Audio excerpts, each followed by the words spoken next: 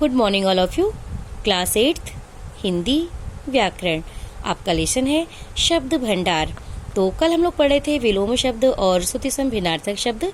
तो चलिए आज हम पढ़ेंगे उसके आगे अनेक शब्दों के लिए एक शब्द। तो देखिए, भाषा को प्रभावशाली बनाने और अनावश्यक विस्तार को रोकने के लिए अनेक शब्दों के लिए एक शब्द का प्रयोग किया जाता है। अपनी अभिव्यक्ति को प्रभावशाली बनाने और अपनी बात को संक्षेप में कहने के लिए हमें ऐसे शब्दों का ज्ञान होना आवश्यक है। तो देखिए, इसमें बता रहे हैं कि अनेक शब्दों के लिए एक शब्द का प्रयोग हम करते हैं अपनी बात को और अच्छी बनाने के लिए। और जैसे बहुत बड़ा हमको ना कहना पड़े, बहुत लंबा चौड़ा ना कह के हम सिर्फ एक शब्द में हम अपनी बात को कह दें। तो अनेक शब्दों के लिए एक शब्द का हम प्रयोग करते हैं। इसके लिए जैसे संक्षेप में कहने के लिए हमें इन शब्दों का ज्ञान होना आवश्यक है। इसमें बता रहे हैं कि थोड़े में कहने के लिए हमको इसका ज्ञान आवश्यक है। तो देखिए, उदाहरण के रूप में जो बहुत अधिक काम करता हो उसको हम क्या कहेंगे? कर्मठ। तो हम इतना बड़ा ना कह के हम सिर्फ एक शब्द में कह दिए कर्मठ। दूसरों का उपकार करने वाला क्या कहलाएगा? परोपकारी। तो हम कह दिए सीधे कि वह परोपकारी है। इतना बड़ा नहीं कहना पड़ा कि दूसरों का उपकार करने वाला।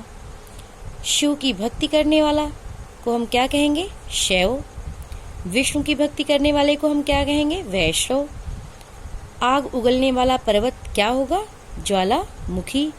तो हम इतना अनेक शब्दों के लिए हम एक शब्द का प्रयोग करते हैं अपनी बात को समझाने के लिए, जैसे अगले को अच्छे से समझ में भी आ जाए और हमको बहुत बड़ा भी ना कहना पड़े, बहुत लंबा चौड़ा भी ना कहना पड़े।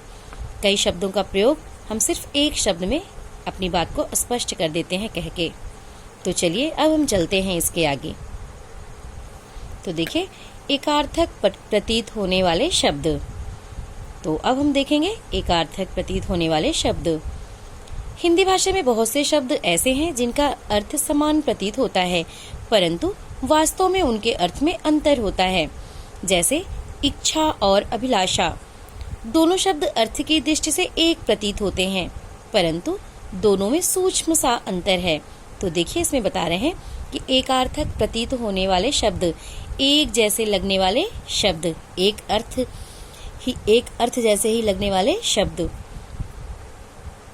तो देखिए, हिंदी भाषा में बहुत से शब्द अर्थ ऐसे हैं जिनका अर्थ समान प्रतीत होता है। बता रहे हैं कि हिंदी भाषा में बहुत से ऐसे शब्द हैं जिनका अर्थ एक जैसा लगता है, परंतु लेकिन वास्तव में उनके अर्थ में अंतर होता है। लेकिन अगर देखा जाए तो उसमें थोड़ा सा अंतर होता है। जैसे इच्छा और अभिलाषा, ये दो शब्द हैं। ये दोनों शब्द, इन दोनों शब्दों का अर्थ लगता तो एक ही जैसा है, लेकिन इन दोनों के अर्थ में अंतर है। जैसे इच्छा, अगर इच्छा का अर्थ देखा जाए तो एक साधारण इच्छा, जैसे हम कह सकते हैं कि आज तो गर्म चाय के साथ पकौड़े खाने की इच्छा हो रही है। और अभिलाषा का अर्थ क्या होगा? किसी वस्तु को पाने की इच्छा। अभिलाषा मीन्स होगा किसी वस्तु को पाने की इच्छा। हम इसको उदाहरण के रूप में देख सकते हैं एक वाक्य, जैसे सत्यम की अभिलाषा है कि एक बार विदेश घूमकर आए। तो अभिलाषा मीन्स होता है किसी वस्तु को पाने की इच्छा। और इच्छा, सिर्फ इच्छा शब्द को अगर देखा जाए तो इसका अर्थ होगा साधारण इच्छा। तो आगे हम चलते हैं और भी देख लेते हैं उदाहरण, जैसे आज्ञा और अनुमति। ये देखिए, ये दोनों शब्द एक ही जैसे लगते हैं, लेकिन इनके अर्थ में थोड़ा सा अंतर है। जैसे आज्ञा बड़ों द्वारा छोटों को कुछ करने के लिए कहना, आज्ञा देना। जैसे हम उदाहरण देख सकते हैं, हमें गुरुजनों की आज्ञा का पालन करना चाहिए। और अनुमति का अर्थ देखिए अलग होगा, बड़ों द्वारा कार्य करने के लिए दी गई स्वीकृति। अनुमति का अर्थ होगा बड़ों द्वारा कार्य करने के लिए दी गई स्वीकृति। उदाहरण के रूप में हम देख सकते हैं, जैसे इस शब्द का प्रयोग, माताजी से अनुमति लेकर ही आपके साथ चल सकूंगा। और अमूल्य और बहुमूल्य, ये दोनों शब्द देखिए, अमूल्य और बहुमूल्य। देखिए, इन दोनों का अर्थ भी अलग है। जैसे अमूल्य मीन्स होगा जिसका मूल्य ना आंका जा सके, जैसे हम इसका प्रयोग देख सकते हैं इसमें, इस उदाहरण में, ताजमहल भारतवर्ष की अमूल्य धरोहर है। इसका मूल्य हम नहीं आंक सकते हैं, इसका हम अंदाजा नहीं लगा सकते हैं इसके मूल्य का। और बहुमूल्य मतलब बहुत कीमती, इसका भी प्रयोग हम देख सकते हैं। उदाहरण, राजा के मुकुट में बहुमूल्य हीरे जड़े हैं, मतलब बहुत कीमती हीरे जड़े हैं।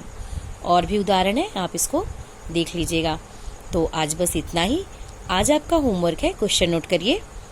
अनेक शब्दों के लिए एक शब्द का प्रयोग हम क्यों करते हैं, उदाहरण भी दीजिए। नेक्स्ट क्वेश्चन, एकार्थक प्रतीत होने वाले शब्द से आप क्या समझते हैं, उदाहरण सहित स्पष्ट कीजिए। एक बार फिर से देखिए क्वेश्चन, एकार्थक प्रतीत होने वाले शब्द से आप क्या समझते हैं, उदाहरण सहित स्पष्ट कीजिए। Thank you.